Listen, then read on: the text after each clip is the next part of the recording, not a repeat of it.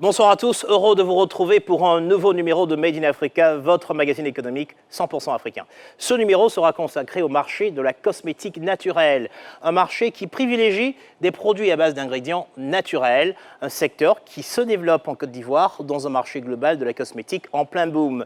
Plus de 1300 milliards de francs CFA en 2020, un chiffre qui pourrait d'ailleurs doubler d'ici 2025 dans le pays, un marché dans lequel les produits naturels Made in Africa ont le vent en poupe. Au sommaire ce soir, enquête sur le secteur de la cosmétique naturelle en Côte d'Ivoire. Nous allons vous faire découvrir des entrepreneurs qui font le pari de produits à base de curcuma, miel ou encore quinqueliba. Corps, visage, cheveux, le marché est immense, mais vous allez le voir, les défis sont nombreux. Approvisionnement, transformation des matières premières ou encore recherche et développement, le chemin est long pour faire sa place et conquérir les consommateurs. Puis nous partirons au Cameroun à la rencontre de Christian Ngan, à la tête d'une des marques de cosmétiques les plus en vue au Cameroun. L'entrepreneur mise sur des produits naturels dans un marché dominé par les marques importées. Vous découvrirez son combat. En Afrique, le marché de la cosmétique est très dynamique. Le secteur est en progression constante de plus de 10% par an contre 4% dans le reste du monde. La Côte d'Ivoire est considérée comme la principale porte d'entrée pour le marché des produits cosmétiques en Afrique de l'Ouest, un marché dans lequel émerge une nouvelle catégorie de produits, les produits naturels. Des produits qui contiennent au moins 95% d'ingrédients naturels dépourvus de produits indésirables et qui font la part belle aux richesses du terroir africain. L'essor des cosmétiques naturels, un reportage de Bernard Samael Pomme et Ghislain Mendonça. Madame, je vais vous appliquer un produit fait maison. Il est très bon. C'est un produit à base de beurre de karité et de papaye. Dans ce salon de beauté d'Abidjan, l'esthéticienne prend soin de donner la composition de chaque produit. Le but, renseigner sur son caractère naturel. Celui-ci à base de karité et de papaye permettrait le renouvellement cellulaire de la peau en favorisant un teint plus éclatant. Précisément ce que recherche cette cliente. Une habituée qui, depuis 5 ans, est abonnée aux produits de la cosmétique naturelle. Le visage se porte mieux, il est plus éclatant et tout. Oui, j'ai constaté une nette amélioration depuis la dernière fois. Un résultat qui a un prix. 25 000 francs CFA pour ces soins du visage. 2 à 3 fois plus cher que dans des salons de beauté conventionnels. Bonjour madame. Mais un coût qu'elle justifie par un gage de satisfaction. On se retrouve avec une gamme de produits qui ne sont pas agressifs, donc qui ne sont pas toxiques pour la peau, qui ne vont pas agresser la peau, abîmer. On se retrouve souvent avec des produits qui laissent des brûlures au niveau du visage qu'on appelle communément mamie. Tout ça, donc, c'est pour éviter tous ces petits bobos au visage que je préfère venir ici. Ses partisans lui prêtent de nombreuses vertus. La cosmétique naturelle. Des soins de beauté confectionnés à base de matières premières provenant du terroir. Son principe, privilégier les ingrédients naturels à forte dose en limitant la présence d'ingrédients chimiques et indésirables pour la peau. Voilà une dizaine d'années que la cosmétique naturelle se met en place en Côte d'Ivoire, dans un secteur global de la cosmétique en plein boom. Plus de 1300 milliards de francs CFA en 2020, un chiffre qui pourrait d'ailleurs doubler d'ici 2025. Corps, visage, cheveux, un potentiel immense, un business dans lequel les produits naturels veulent se tailler une part. Une aubaine pour la vingtaine de petites marques ivoiriennes, même si les défis sont importants.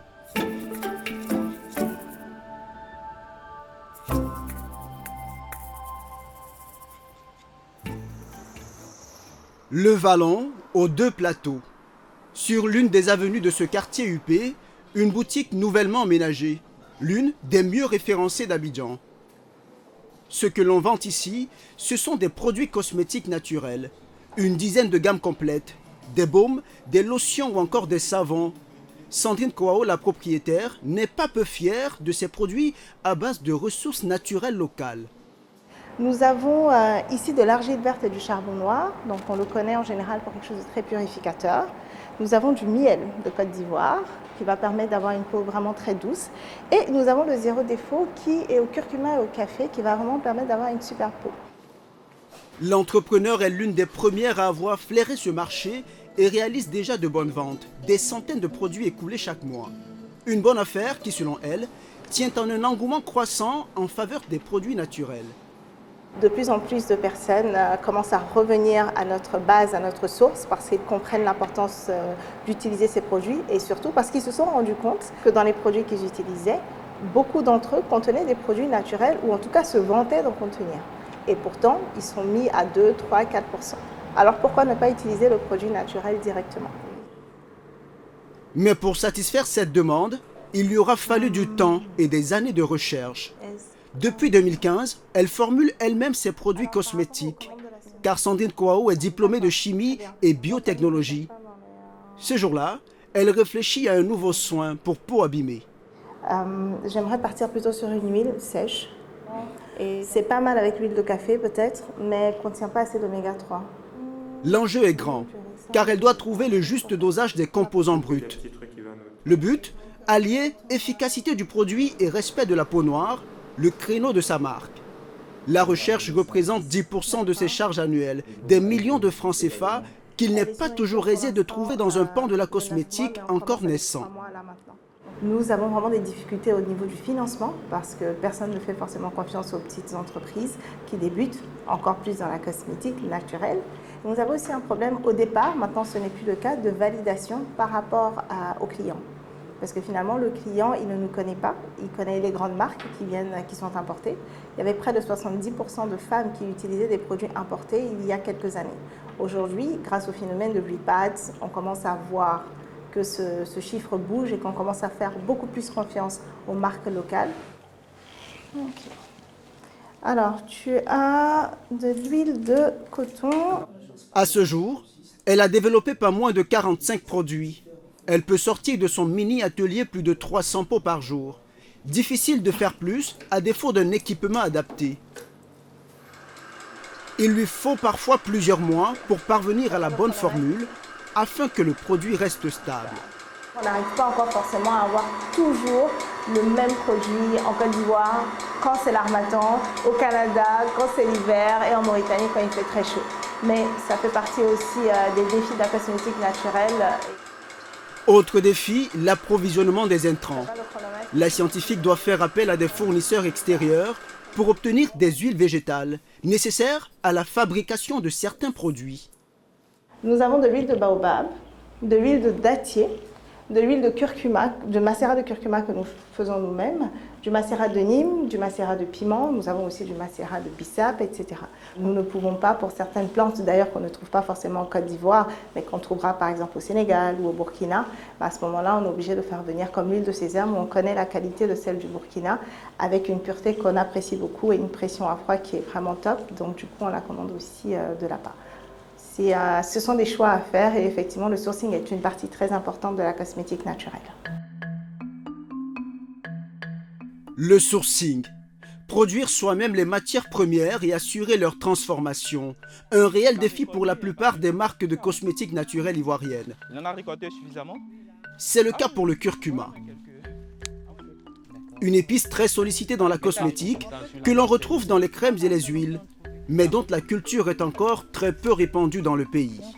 Ah oui, il est très bon. Hein. C'est de la carotte, ça, la carotte bissap.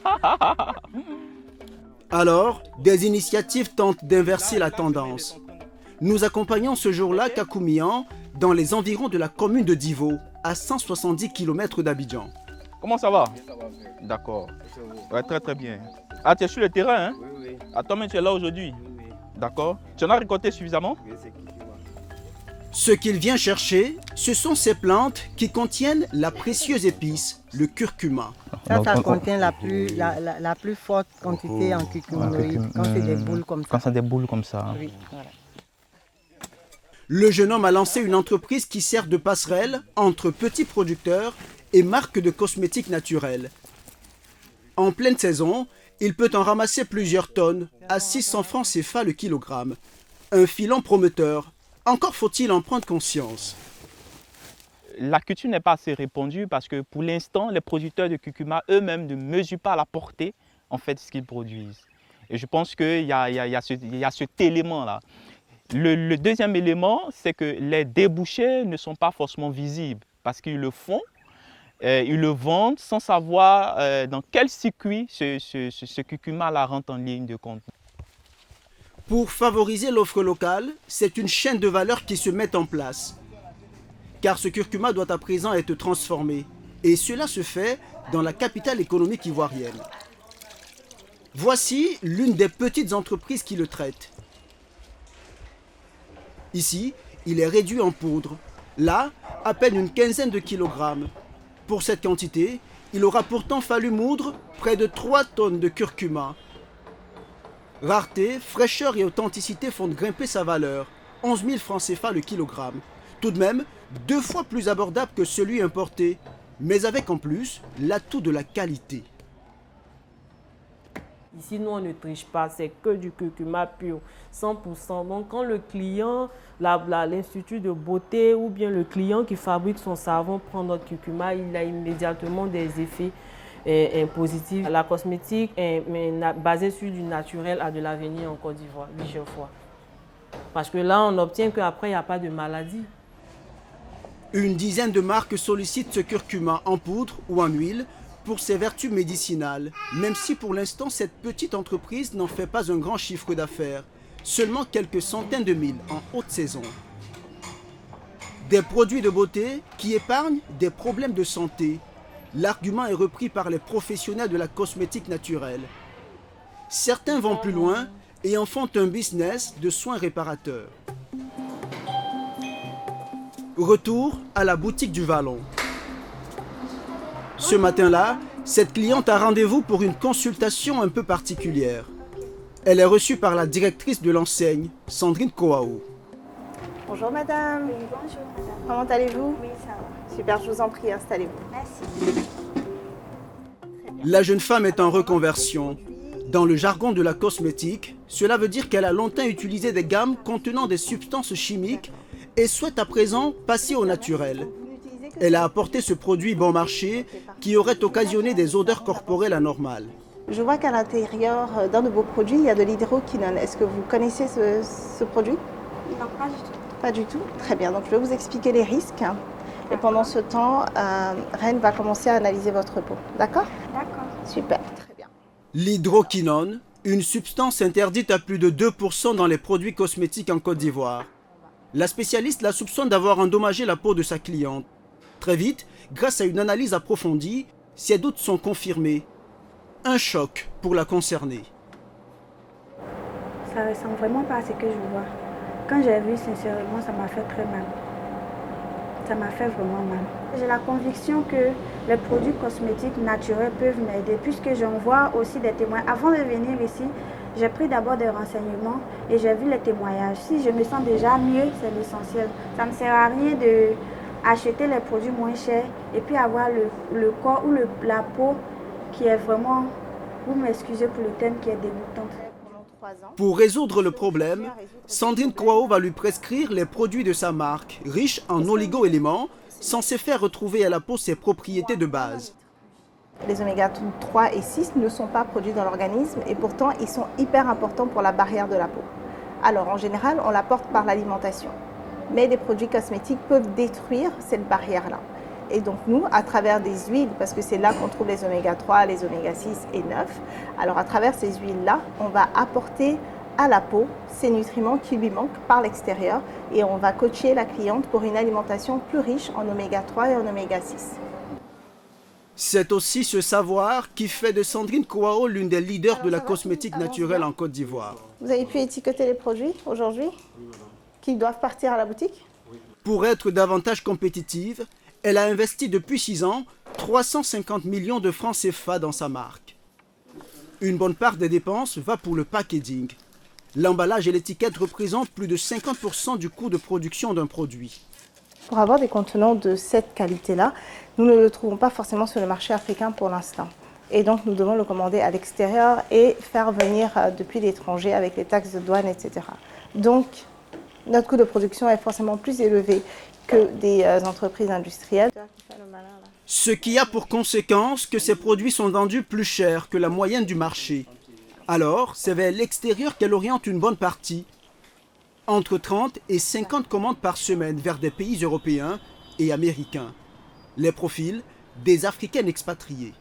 Alors on expédie le plus en France et au Canada. Ce sont les deux pays dans lesquels on expédie le plus hors Afrique. Pour elles, c'est une sorte de retour aux sources, même si effectivement elles ne sont pas ici, mais au moins elles peuvent se reconnecter à leur patrie, à leur continent à travers nos produits cosmétiques, dont elles connaissent les valeurs d'ailleurs.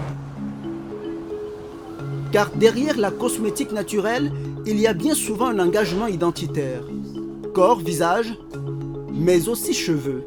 Les cheveux sont bien démêlés. Mais avant de faire le gommage, en fait, on a rajouté un peu d'huile essentielle de sel pour pouvoir traiter les pellicules. Ce centre se veut Napi, entendez, heureux et naturel. Un mouvement qui consiste à assumer ses cheveux crépus et qui séduit à travers le monde. Certaines célébrités s'y sont fait porte-étendard. Mariam Diaby a voulu surfer sur cette vague. Son plus, c'est qu'elle compose elle-même ses produits capillaires, comme ce gommage à base de sucre et de macérat d'huile de menthe. Protéines de riz, cola, mil ou encore kenkeliba. Là encore, que des cultures locales. Devenue l'une des figures en Côte d'Ivoire, elle est l'ambassadrice d'une forte communauté. Napi de Babi. Ça vient surtout du constat qu'on a fait avec la communauté de Napi de Babi. Donc, vous savez, c'est quand même 25 000 femmes qui parlent tous les jours de beauté capillaire et de leurs besoins, de leurs envies au niveau des cheveux. Le constat a été qu'on n'avait pas de centre accessible qui sache s'occuper des cheveux naturels. Le résultat qu'on va chercher sur un produit, sur des cheveux avec une certaine problématique, on va l'avoir avec des choses qu'on a partout à disposition et dont on n'a pas forcément besoin d'aller vers l'industriel. Inciter à de nouvelles pratiques dans la cosmétique. Le combat de tous ces précurseurs du naturel en Côte d'Ivoire. Et les perspectives sont plutôt reluisantes. Car en Afrique, le marché de la cosmétique enregistre un taux de croissance de 10% par an. C'est 2 fois celui du reste du monde.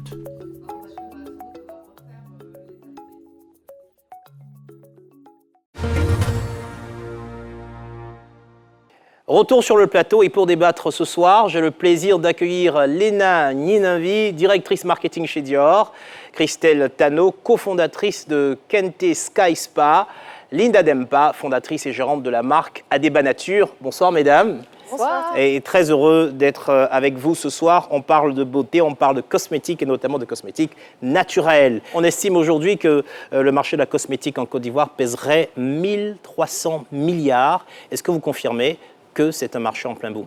Complètement, d'autant plus que nous avons une population en croissance constante. Donc, plus le nombre de clients augmente, plus la consommation augmente. Je soupçonne même ce chiffre de ne pas être précis quand on connaît la part de l'informel et l'opacité des chiffres sur ce secteur. Mais... Et vous l'auriez estimé à combien, ce chiffre? Je ne me permettrai pas d'estimer. Vous êtes prudente. Bon, alors là, on a parlé des cosmétiques en général. En ce qui concerne plus spécifiquement le sujet qui nous concerne, les cosmétiques naturels. Est-ce qu'on peut parler aujourd'hui d'un engouement en particulier pour les cosmétiques naturels? L'engouement pour les produits d'origine naturelle est totalement avéré. C'est une tendance qui a pris naissance il y a 10 ans à peu près, qui a découlé même de toute une prise de confiance en notre identité depuis les années 2008. Donc dans les années 2008, il y a eu l'émergence du mouvement Napi, où tout d'un coup, la femme africaine s'est sentie fière d'arborer ses cheveux à l'état naturel et tout de suite s'est mise à la quête de produits qui peuvent répondre à des besoins spécifiques. Donc, une fois qu'on a su assumer nos cheveux, la question s'est posée pour la peau également et malheureusement, l'offre des marques occidentales ne sait pas répondre à la spécificité des besoins des femmes africaines. D'où la quête d'une offre de produits cosmétiques locaux avec des ingrédients qui ne seront pas nocifs à long terme, donc naturels. Et c'est une perspective que vous prenez au niveau de votre groupe? Ah, complètement, ouais. Complètement. Nous aurons l'occasion d'en rediscuter. Oui. Alors, Linda, vous êtes d'accord que c'est un marché qui est en croissance, qui a une forme d'appropriation en matière d'identité. Vous êtes d'accord? Tout à fait d'accord. Par contre, vous travaillez sur les cosmétiques naturels. Est-ce que vous pouvez confirmer que ce sont des produits dont l'efficacité est prouvée? Oui. Oui et oui. Bon. Alors, Christelle sourit, je vais poser la question tout à l'heure, je sais pas si vous va confirmer. Allez-y, Linda. les produits cosmétiques naturels sont à la base des produits qui marchent. Et c'est en fait le fait qu'ils marchent qui font ils ont été transformés en produits à distribuer sur le marché. Je vous donne un exemple. Un chercheur de l'INPHB, comment est-ce qu'il faisait ses recherches? Il allait au village, il regardait les animaux qui étaient malades et les suivait quand ils allaient dans la forêt. Et ils récupéraient les plantes que ces animaux-là récupéraient pour se soigner. Il a dû passer un sacré temps dans ses recherches. Allez-y. Donc à la base, il sait que ce sont des plantes qui marchent. Et ensuite, il faut les étudier, pouvoir les comprendre les dosages, etc. Mais les vertus sont là. Si vous prenez par exemple une huile comme l'huile de carapa, antiseptique, l'huile de safou, cicatrisante, le beurre de karité. Tout le monde connaît les vertus du beurre de karité au niveau de l'hydratation, vitamine E, vitamine A.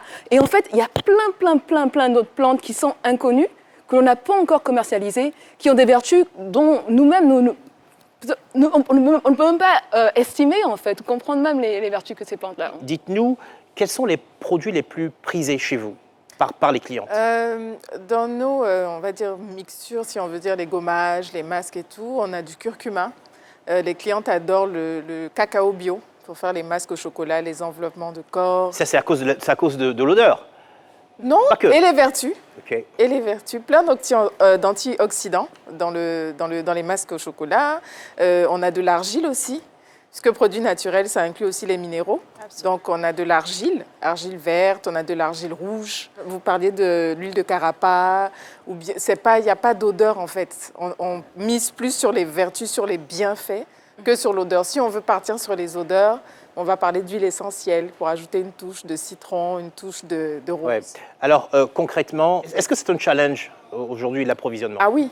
C'est un challenge parce que tout le monde veut Je veux dire, par exemple, les huiles essentielles, c'est extrêmement compliqué ici de trouver des huiles essentielles moins chères. Alors, les grandes marques, je vais passer à ça, les grandes marques aujourd'hui, comme Dior, pour qui vous travaillez, est-ce qu'on peut confirmer qu'elles se mettent aux produits cosmétiques d'origine naturelle? J'utilise votre expression telle quelle. Est-ce que ça fait partie de la stratégie? Alors, est-ce que les marques occidentales s'intéressent aux matières premières naturelles, s'intéressent à l'idée de mettre sur le marché des produits cosmétiques naturels? La réponse est 100% oui, pas forcément par choix ou sous le coup d'une pression marketing. Vous savez d'où est venu ce mouvement? D'une pression des gouvernements européens. Il y a une réglementation européenne qui codifie la composition des produits cosmétiques, qui va dire que, par exemple, tel ingrédient est nocif sur la peau, donc vous ne pouvez pas dépasser tel pourcentage. Il y a des réglementations qui vont recommander aux marques d'utiliser tel ou tel pourcentage de tel ou tel ingrédient, parce qu'une politique à 360 degrés est pensée. De quoi disposons-nous dans le patrimoine naturel? Qu'est-ce que nous devons mettre en avant? Alors, ce que vous dites est important, parce que nous, dans notre compréhension, quand on parle de produits importés, on n'a pas envie de croire que c'est naturel. On se dit que le beurre de karité qui est fait à côté, que le produit d'Adeba qui est fait juste pas loin, c'est ça qui est naturel. Donc, c'est important. Est-ce que vous allez jusqu'à sourcer, à vous approvisionner sur le continent africain?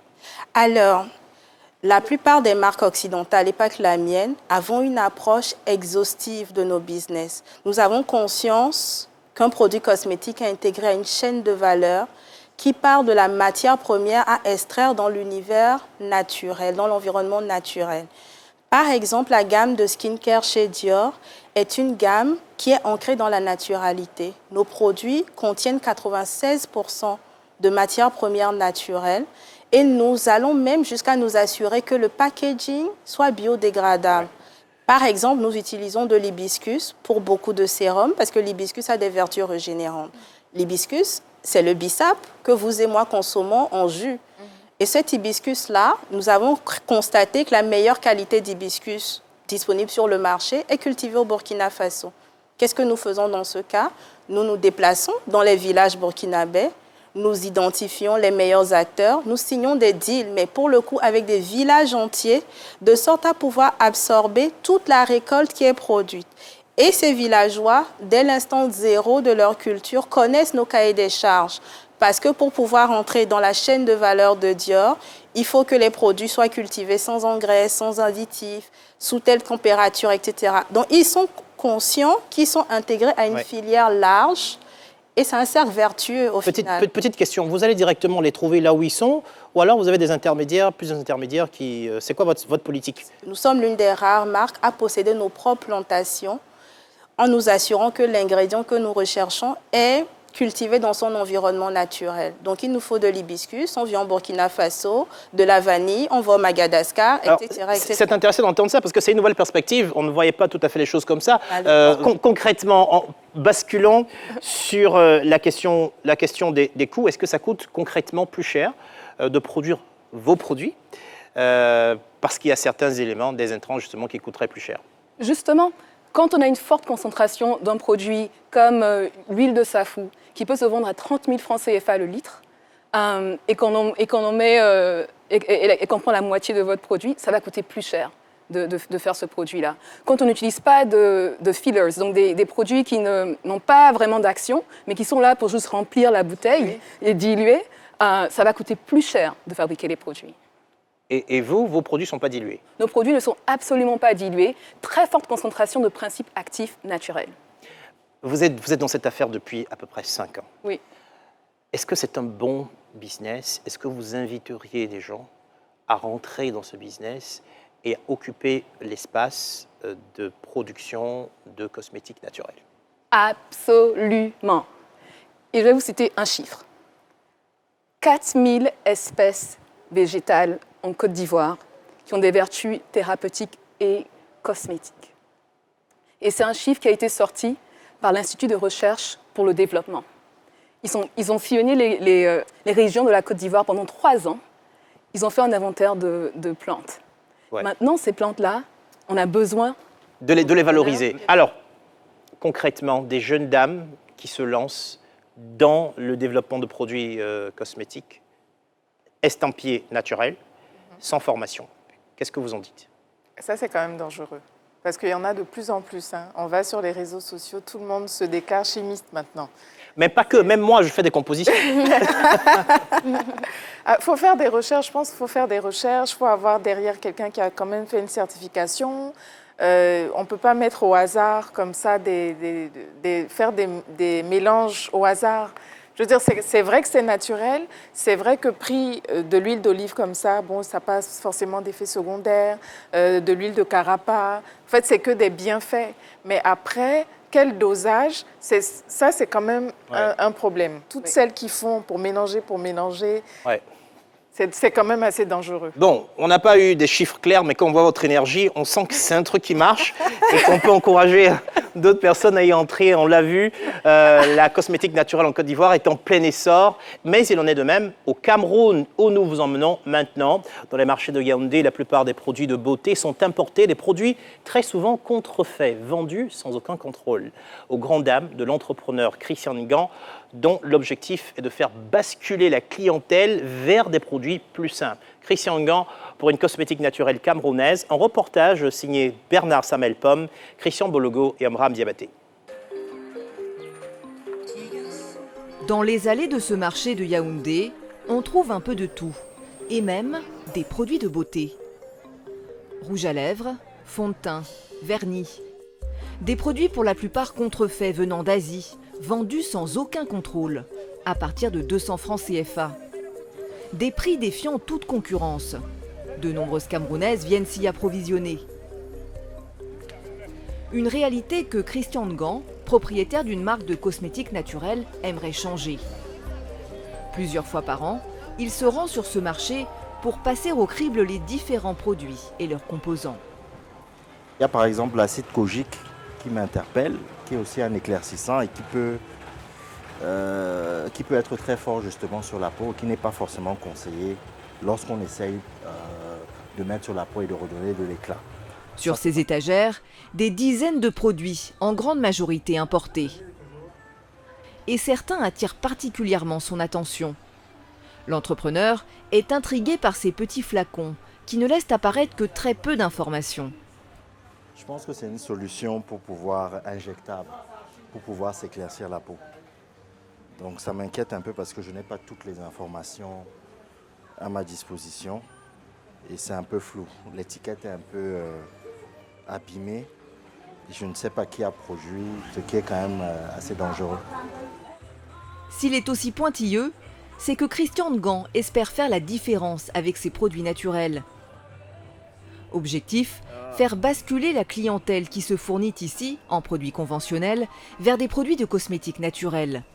Beaucoup de personnes qui vont consommer dans ce type de boutique ne correspondent pas forcément à notre cible, mais ce sont des consommateurs qui voudraient aussi bien avoir des produits naturels de bonne qualité, qui peut-être des anciens consommateurs par exemple qui ont utilisé des produits décapants, dépigmentants, et qui viennent chez nous parce qu'ils veulent réparer leur peau. Et nous avons envie de promouvoir justement les cosmétiques naturels et la peau africaine. C'est un homme bien décidé à apporter sa contribution à la cosmétique, et ce, avec des produits concoctés à base de ressources issues de la terre camerounaise. Christian Ngand, entrepreneur, aujourd'hui à la tête d'une des marques les plus en vue au Cameroun. Son objectif, proposer une cosmétique différente pour les Africaines, une cosmétique naturelle. Un combat de longue haleine, car la concurrence est rude. En matière de cosmétiques, le marché camerounais est inondé par les marques importées. Elles représentent plus de 80% des produits disponibles. Des enseignes qui espèrent tirer profit d'un juteux secteur de la beauté, estimé en 2020 à 1100 milliards de francs CFA au Cameroun. Un potentiel dans lequel les enseignes locales tentent de grappiller des parts, et la cosmétique naturelle n'est pas en reste.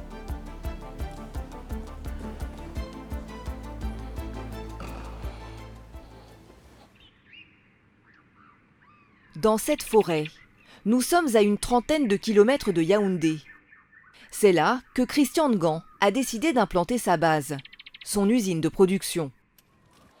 Ici, sont fabriquées des gammes de lait de toilette, masques ou encore gommage pour corps, visage et cheveux. Dans cette armoire, un échantillon des 17 produits développés depuis 2009 à base de beurre de karité, d'argile noire, de coco, de carottes, de choux rouges ou encore de citron. Et nous avons toute une série de lotions, notamment des lotions purifiantes qui sont contre les taches et contre les boutons, notamment à l'aloe vera. Ça, c'est le premier produit Made in Casalis. Le dénominateur commun, c'est que ce sont des produits qui sont fabriqués 100% au Cameroun et dans cette usine. L'autre dénominateur commun, c'est que ce sont des produits qui ont des compositions entre 85% et 99% naturelles.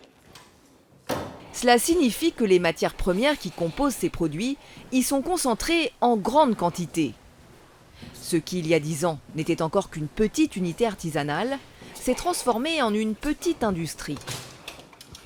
Pour accroître sa production, Christian Ngand a dû investir de gros moyens, plus d'1 milliard de francs CFA. Ça avance bien. L'essentiel de l'investissement pour acquérir ces machines et construire cette usine de 2000 mètres carrés. Il y a encore quelques mois, elle comptait 40 employés. Mais la crise du Covid a diminué l'activité, réduisant les effectifs à 12 personnes. Vous pouvez encore faire combien de cartons, d'après les objectifs qui ont été fixés? Nous pouvons encore faire même 3 à 4. 3-4, ok. C'est un bon rythme. Ce jour-là, les machines sont à l'arrêt. Dans cette partie du pays, les coupures de courant sont fréquentes. Problèmes d'électricité et crise liée au Covid-19 limitent la production de Christian Ngand à 200 000 flacons par an. Loin de la capacité de 500 000 flacons qu'il pouvait atteindre. Des défis parmi tant d'autres auxquels il doit faire face. Vous voyez, ce sont les défis, les défis auxquels on fait face tous les jours, des problèmes énergétiques notamment. Et on doit pouvoir s'adapter et être flexible. Et c'est plus de responsabilité, voilà. Et surtout pour des jeunes entrepreneurs comme nous qui avons débuté pas à pas et qui nous sommes développés beaucoup par autofinancement. L'usine ne tourne pas à plein régime. La production est intermittente pour renouveler les stocks ou pour assurer des commandes précises. Les matières premières sont en général fournies par des producteurs. Mais parfois, Christian Ngand doit se déplacer lui-même dans les marchés pour s'en procurer. Concombres, carottes, citrons ou encore choux rouges. pour des quantités beaucoup plus grandes. Par exemple, tu peux avoir plus gros non, genre 50 kilos, des trucs comme ça. L'entrepreneur passe commande pour 50 kilos de fruits et légumes. La facture pourrait s'élever à plus de 50 000 francs CFA. Les intrants représentent un quart de ces charges. Christian les sélectionne en fonction de leurs nombreuses vertus. Par exemple, pour les carottes et le chou, ça a à peu près les mêmes vertus. Ce sont des vertus qui permettent de redonner de l'éclat. Ce sont des vertus tonifiantes. Pour le concombre, ce sont des vertus réparatrices. Nous n'avons pas besoin d'énormes quantités. On y associe plusieurs ingrédients. Un peu d'ingrédients d'une plante en particulier, un peu d'ingrédients d'une autre plante en particulier. Et comme nous utilisons des produits vraiment frais, nous ne les conservons pas. Et après, il y a de l'extraction et des mélanges qui sont faits après. Ces matières premières seront rapportées à l'usine, lavées soigneusement, puis macérées dans des huiles essentielles d'olive, de Nîmes ou encore de jojoba, afin d'en extraire le principe actif. C'est ce qui constitue le caractère naturel des produits de Christian Ngand. Nous le retrouvons dans son usine de production. C'est dans cette salle que les matières premières sont préparées. C'est aussi là que Christian réalise les contrôles qualité sur ses produits. On va prendre un produit au hasard. Ça, c'est un lot qu'on a pris. Bon, on va essayer de tester, faire un petit contrôle qualité. Le patron va ensuite le peser pour s'assurer que le poids est bien respecté.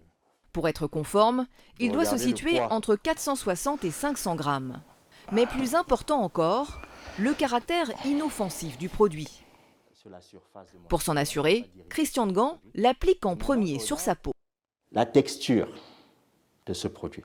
Cette texture, c'est par rapport à notre propre standard. Nous avons des tensioactifs dans nos produits qui nous permettent, vous voyez comment ces produits sont suaves. Et c'est la sensation que justement le consommateur doit avoir lorsqu'il prend notre produit en rayon. On sait où les produits sont fabriqués, on sait quand ils ont été fabriqués, on sait quels sont les numéros de lot. Il y a un contrôle qualité.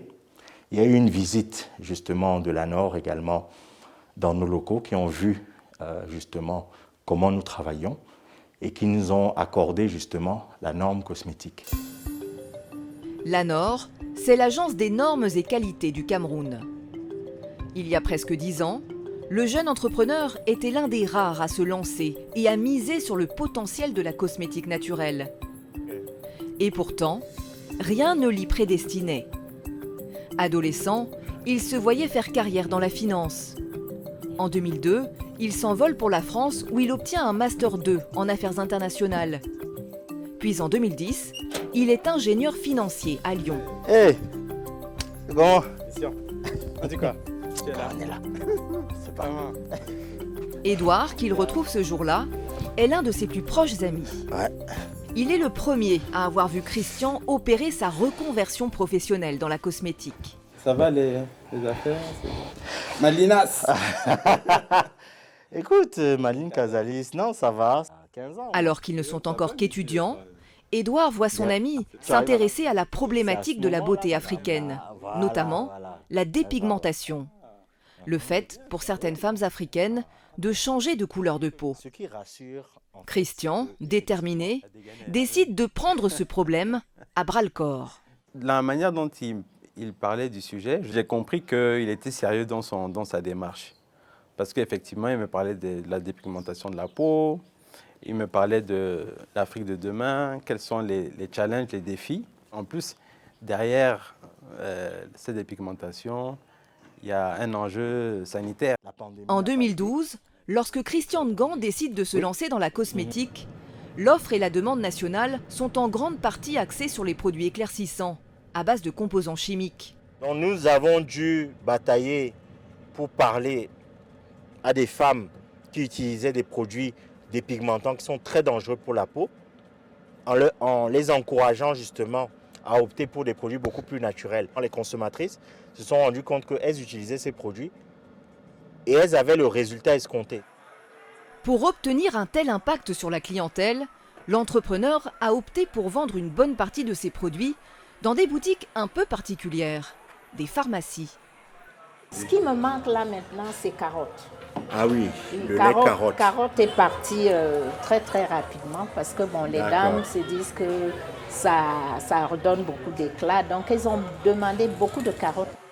Celle-ci, en plein cœur de Yaoundé, est la toute première à avoir fait de l'espace dans ses rayons pour la cosmétique naturelle de Christian. Et pour cause, la pharmacienne est aussi sa mère. Elle l'a soutenue et a facilité la formulation des produits. Une professionnelle qui sait se servir de l'argument pharmaceutique pour inciter à l'achat. Le pharmacien, en général, c'est lui qui fabrique le médicament, il connaît la composition du produit, il connaît les effets du produit, il sait qu'on ne peut pas mélanger telle chose avec telle autre. Donc là déjà, il y a une crédibilité qui fait en sorte que quand le patient vient, on peut le convaincre en lui expliquant exactement le process, comment ça doit se passer. Une stratégie qui porte ses fruits. Ce point de vente parvient chaque mois à écouler une centaine de produits pour plus de 300 000 francs CFA. Au Cameroun, au Gabon et au Congo, Christian Ngan a développé un large circuit de vente, y compris dans de nombreux supermarchés. Son chiffre d'affaires peut vite grimper à plusieurs centaines de millions par an. Mais de l'argent qu'il n'est pas toujours facile d'encaisser. Nous avons décidé depuis quelques années de recentrer aussi nos points de vente. Voilà, de recentrer nos points de vente. Pourquoi? On est passé de 300 à peu près 80. Pourquoi? Parce qu'on a observé un problème sur le terrain et c'est un problème que d'autres industriels le voient. C'est-à-dire qu'on a un sérieux problème de recouvrement. C'est-à-dire que lorsque vous proposez des produits, que ce soit en dépôt-vente ou autre, par moment, si vous ne travaillez pas avec le bon partenaire, il est difficile de récupérer sa recette à temps. Malgré ces difficultés, en 10 ans, Christian Ngan a vu sa clientèle multipliée par 100. D'une dizaine à plus d'1 millier au Cameroun. Aujourd'hui, il compte bien continuer d'imposer ses produits et convertir davantage d'Africaines à sa cosmétique naturelle. Allez, on revient à Abidjan pour discuter du modèle Christian Ngan. Léna, que vous a inspiré ce reportage? Énormément de respect, d'admiration. Pour vous dire, je suis Christian depuis plus de 15 ans. Je l'ai découvert au cours de mes années étudiantes. Et c'est beau de voir un entrepreneur qui est resté aussi constant et résilient. D'autant plus qu'on sait que le Cameroun n'est pas le contexte économique le plus simple. Donc, je suis très admirative. Ouais. Merci Léna. Votre regard, Christelle? Oui, moi en fait, ce qui m'a marqué, c'est justement la partie de la distribution. Là. En pharmacie, où c'est sa maman qui gérait. Alors moi c'est mon coup de cœur. Hein. Maman Ngan, c'est mon coup de cœur et elle défend le travail de ses fils. Oui. Oui, donc je trouve ça quand même assez... je pense qu'on en reparlera peut-être, la distribution en pharmacie qui donne de la crédibilité à son affaire. Parce que la maman même est pharmacienne, donc ça donne du poids et ça l'encourage. Et franchement, c'est top ce qu'il fait. Et alors, on vous voit acquiescer depuis. Oui, non, mais je rigole parce que son histoire, c'est mon histoire. Vous vendez en pharmacie? Je vends en pharmacie, je travaille avec ma mère qui fait toutes les formulations. Donc, quand vous parliez de Maman Ngan, je disais c'est Maman d'Ampa, c'est pareil. Et alors, elle est mon coup de cœur aussi, alors. Voilà, un coup de cœur. Alors, concrètement, dans le cas de Christian, il veut faire la promotion des cosmétiques naturels avec une ambition très claire, lutter contre la dépigmentation. Est-ce que c'est un vrai problème en Afrique? Oui, c'est un vrai problème et c'est la réalité de tous les jours. C'est-à-dire que le vocabulaire même du skincare est axé sur les teints, sur l'uniformité, sur être clair, être plus noir, etc. Vous confirmez? Je confirme. Bon. J'aurais des choses à rajouter, si vous me permettez. Voilà. Concrètement, est-ce que c'est aussi une préoccupation à votre niveau parce que ça correspond à un besoin sur le marché? Donc, comment est-ce que les grandes marques réagissent à ce besoin? Cela. Alors, c'est un besoin que les marques découvrent quand elles s'installent sur le marché parce que c'est une problématique qui n'existe pas en Europe. Par contre, en Asie comme en Afrique, il y a une obsession pour la peau très blanche. Et j'ai envie de souligner que le problème est plus profond que l'approche cosmétique. Il s'agit d'une population qui a été coupée de son identité de base et qui essaie désespérément de ressembler au modèle du colon. En Asie, tout autant qu'en Afrique, il y a un important marché de produits dépigmentants. En Asie, le canon de beauté, c'est la femme à la peau laiteuse, c'est l'expression, avec de grands yeux. D'où les nombreuses opérations chirurgicales pour s'agrandir les yeux. Donc voilà, c'est le même schéma pour des peuples qui ont été détournés de leur nature profonde du fait de la colonisation. Donc avant de s'interroger sur des solutions cosmétiques, il faut se rappeler que c'est un problème sociologique. Oui. Je pense qu'il faut plutôt faire, au lieu du jugement, parce que nous, on ne juge pas, chacun fait son choix, on est tous des adultes, mais il faut plutôt beaucoup d'éducation et d'accompagnement. Absolument. Oui. Concrètement, est-ce qu'il est possible d'avoir des produits naturels qui permettent d'avoir une peau un peu plus éclairée? Non. Pourquoi tout le monde dit les produits naturels vont clarifier ou unifier le teint. Est-ce que c'est pas teint sublumineux. C'est pas un terme qui est à côté Clarifiant et d'éclaircir. éclaircissant, ça n'a rien à voir. Voilà. Éclaircissant, généralement, enfin, vous me confirmerez, éclaircissant, c'est ajouter un truc chimique qui va carrément enlever en fait la teinte de peau. Oui. Alors que les produits naturels, ça va donner un éclat au teint. À cause, par exemple, on va dire de la pollution, par exemple, le teint est plus noir et tout. Le nettoyer. Parlons d'investissement. Christian Ga investit plus d'1 milliard, justement. On n'a peut-être pas parlé, mais pour faire tourner son usine et pour accroître sa production. C'est un défi, le financement. Oui. Le financement est un défi parce qu'en fait, dans l'environnement où on est, le capital est rare et il est cher. C'est-à-dire qu'on aille en banque pour prendre un prêt, si on nous l'accorde, les taux sont exorbitants. Est-ce qu'aujourd'hui, les banques vous font plus confiance qu'avant? Non, je ne dirais pas ça. Je dirais qu'on est plutôt en train de développer un écosystème d'investisseurs privés qui sont en train de s'intéresser aux petites compagnies. Donc, nous, à Adeba, on a parlé à des investisseurs locaux qui sont prêts à faire du venture capital. C'est quoi vos besoins? C'est quoi vos besoins à peu près? À peu près 1 milliard de francs CFA, je dirais que donc c'est à peu près pareil. Et en fait, c'est petit pour beaucoup d'investisseurs. Mais c'est en train de changer en Côte d'Ivoire. On voit que c'est en train d'évoluer. Vous voulez réagir, Christelle, sur le besoin de financement, justement, ou les défauts d'accompagnement au niveau du système? Oui, non, c'est très dur. C'est très dur. On n'est pas accompagné par les banques. Il faut se fournir. Et puis, il faut se fournir en qualité. Ouais. Ce n'est pas que la quantité, c'est en qualité. Au fur et à mesure, comme Linda avait dit, à 4000 espèces. Si on doit créer des produits à chaque fois, au fur et à mesure, au fil du temps, mais il faut que l'argent rentre, il faut qu'on nous aide. Voilà. Alors, l'argent va dans quoi concrètement? La recherche et développement, le personnel, la logistique, les matières premières en général? Je sais que vous aimez les chiffres, donc je vais vous donner les chiffres. Alors, donc, 50% personnel, surtout si on veut créer une compagnie qui est durable, qui est viable et qui paie de bons salaires à son équipe. 50% salaire. Ensuite, je dirais le reste. On aura 20% des ingrédients de qualité, les intrants, le packaging, etc. Et ensuite, on ira jusqu'à 10 à 20% de recherche. Linda, vous distribuez comment? Nous distribuons en pharmacie. Et c'est un choix délibéré à cause de notre positionnement. On se positionne comme une marque locale qui va compétir contre les marques importées qui sont vendues uniquement en pharmacie. Votre stratégie, à votre niveau, c'est comment ça se passe? Vous ne vendez pas qu'en pharmacie. Vous vendez en pharmacie aussi? Alors, nous ne vendons surtout pas en pharmacie, justement, puisque la marque a adopté un positionnement luxe. Et le luxe fonctionne sur la base de la rareté. Donc, nous avons très peu de points de vente dans chaque capitale de la sous-région qui sont homologués et habilités à vendre nos produits. Donc, là, ça va être des parfumeries ou des duty-free shops. Mais j'ai plus envie de rebondir sur l'organisation de Linda ou celle de Christian. En parlant d'un facteur que beaucoup de beauty-preneurs, comme on dit, semblent occulter.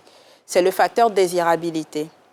Une marque très désirable est convoitée par les distributeurs. Si la marque est très désirable, le distributeur se bat pour pouvoir la référencer. Et dès qu'il a une rupture de stock sur le moindre best-seller, même s'il était sous un contrat de dépôt-vente, il se précipite de payer ce qu'il doit au fournisseur de sorte à pouvoir se réapprovisionner. J'ai fait beaucoup d'accompagnement de marques de beautypreneurs et je leur dis toujours, ayez juste un prototype. Ne vous fatiguez pas à produire, investissez votre business sur du marketing. Quand votre marque sera puissamment désirable, la pression de la clientèle fera que les distributeurs vous courront après et vous pourrez dicter vos règles. est-ce que vous sentez que sur vos marchés, vous couvrez l'Afrique intermédiaire, là, de l'ouest au centre, oui. est-ce qu'il y a une appétence concrète pour les produits cosmétiques d'origine? Alors, ma réponse va faire plaisir à Linda et Christelle. Les marques occidentales, pour l'instant, font l'erreur de se baser sur les besoins de la femme occidentale. Donc, la parisienne redoute le vieillissement. Du coup, toute notre gamme skincare va être concentrée sur le vieillissement. La parisienne redoute les rayons de soleil quand l'été approche. Donc, on va mettre beaucoup de produits avec des SPF élevés sur le marché. Et cela crée un vide dans la filière cosmétique. Par exemple, moi, j'ai des problèmes de peau pour lesquels je n'utilise qu'Adeba Nature. Je sais que tu ne le savais pas, mais j'ai des problèmes de peau qui n'existent pas dans le catalogue Dior. J'ai aimé la révélation. Hein. Oui, moi aussi. Hein? C'est important. Voilà. Merci. Super. Et je trouve dommage que souvent, il y a des débats qui semblent opposer des marques importées à des marques locales, alors qu'en fait, il y a une sorte d'harmonie qui est possible. Vous avez la chance d'être sur un marché qui est en vrai vide de concurrence. La femme africaine a des pain points, elle a des points de douleur. En général, c'est des questions liées à l'acné ou à la restauration de la peau après la dépigmentation. 98% des marques occidentales ne se posent pas ces questions-là. Donc oui, nous avons une clientèle qui sont des femmes qui ont un certain lifestyle, qui s'inquiètent du vieillissement, donc ils vont acheter des produits anti-âge, qui s'intéressent à la protection solaire. Bon, malheureusement, les femmes qui se sont dépigmentées, quand elles essayent de guérir, en griffe, sont obligées d'accroître leur protection solaire parce qu'elles ont moins de mélanine. Donc, effectivement, du coup, nous récupérons de la clientèle. Mais il y a des points qui vont au-delà de la beauté. Ça touche la confiance en soi, ça touche beaucoup de choses. Une femme qui a le visage plein d'acné ne se sent pas à l'aise pour aller en entretien d'embauche. Et c'est là où des marques comme Adeba Nature ont toute la place pour s'exprimer. Donc, on a tout à gagner. On a une demande, on a surtout des produits qui sont bons pour la santé. Donc, mesdames, on peut conclure que c'est un marché qui va continuer, mais continuer de croître et qui doit attirer le maximum d'intervenants. Absolument. Christelle. Absolument. Ah oui. C'est votre mot de conclusion, hein, on y va. Non, bien sûr, hein, j'encourage toutes les femmes à utiliser les produits. Je sais que le marché est en croissance, je sais qu'on est encore tout petit. Mais je sais que ça va marcher et comme on disait tout à l'heure, il faut vraiment en parler. Il faut faire beaucoup d'émissions comme celle-là pour en parler. Ouais, derrière tout ça, c'est du business aussi. Il faut savoir se structurer, manager, convaincre les investisseurs. Et il faut savoir faire le marketing. Et sur ce point-là, je dirais donc que nous, à Adeba, notre slogan, c'est l'expertise africaine au service de la beauté. Et c'est exactement ça. Il y a une expertise au niveau des ingrédients, au niveau de nos connaissances, de nos traditions, de notre savoir-faire, et tout le monde peut en profiter. Vous produisez déjà des fonds de teint? Pas encore. Mais ça viendra. Ça viendra. Dernier mot pour vous, Léna. Je voulais souligner que la matière première en termes de cosmétiques, c'est le savoir. À aucun moment nous n'en avons parlé. Quand on parle de matière première, tout le monde parle de matière végétale, mais le nerf de la guerre, c'est le savoir. Et en zone CEDEAO, je connais très peu de formations qui vont former des cosmétologues, des ethnobotanistes. Parce qu'à la rigueur, aujourd'hui, on se rabat sur de la chimie, mais il ne s'agit pas de ça. Donc, j'ai envie d'attirer l'attention sur ce sujet. Pour mon mot de fin, c'est le savoir. Et aussi, il faut que les consommatrices sortent de l'empirique. J'ai vu ma copine utiliser cette crème, ça a marché, donc ça va marcher. Non, il est temps de se connaître, connaître la structure de notre peau, avoir une approche un peu plus scientifique de notre beauté. Parce qu'on n'a qu'un seul corps, c'est la seule structure avec laquelle on doit vivre jusqu'à la fin. Donc, il est temps d'aller en profondeur, d'avoir une consommation plus consciente et puis de mettre un peu plus de pression sur nos gouvernements pour une filière cosmétique plus exhaustive, mieux pensée. Léna Ninanvi de chez Dior, merci. Merci Stéphane. Christelle Iapobitano, merci. Et vous, Linda Dempa de chez Adeba Nature, merci beaucoup d'avoir été avec nous pour ce super sujet sur les cosmétiques naturels. Merci à vous aussi, chers téléspectateurs, de nous avoir suivis. Je vous donne rendez-vous dans 15 jours pour un nouveau numéro de Made in Africa. Vous pouvez retrouver cette émission sur notre site internet, c'est www.rti.ci ou sur l'application RTI Mobile. Vous pouvez aussi suivre nos activités sur les réseaux sociaux, Made in Africa pour Facebook et Made in Africa TV pour Instagram et Twitter. Merci à tous ceux qui m'ont aidé à préparer cette émission, les équipes l'équipe de production d'Éléphant Africa. Merci surtout aux équipes de la RTI pour la réalisation et je vous souhaite une excellente suite de programmes sur RTI1. À bientôt.